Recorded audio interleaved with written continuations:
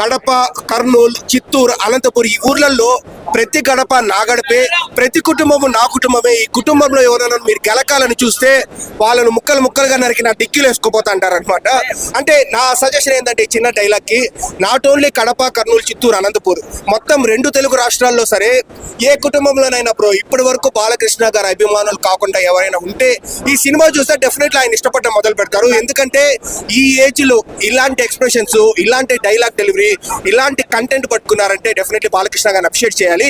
దివ్య దర్శనము, ధర్మ గర్జనం, పరమశివుడి సీన్స్ కావచ్చు, లేకపోతే దేవుడు మాకెందుకు కనబడడం లేదు, దేవుడిని కనపడమని వాదిస్తే ఆయన బాలకృష్ణ గారు చెప్పే డైలాగ్ డెలివరీ కావచ్చు.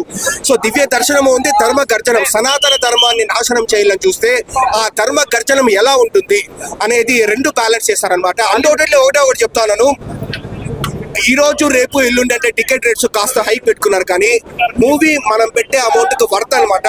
స్టార్ట్